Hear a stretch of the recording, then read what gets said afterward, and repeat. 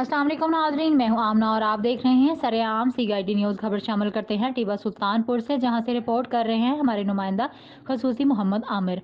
कराची से शेखुपुरा जाने वाला केमिकल से भरा टैंकर कुतुबपुर के करीब हादसा का शिकार। हादसा ड्राइवर को नींद आने की सूरत में पेश आया। कुतुबपुर के करीब ऑयल टैंकर उलट गया और ड्राइवर मौका पर से फरार हो गया। पुलिस और सिविल डिफेंस अमला और रेस्क्यू एहलकारों ने मौका पर पहुंचकर बड़े नुकसान से बचा लिया। तफसीलात के मुताबिक H2 केमिकल से भरा टैंकर नंबर 830 TWF कराची से शेखपुरा जा रहा था कि ड्राइवर को नींद आने के बायस कुतुबपुर के करीब टैंकर उलट गया।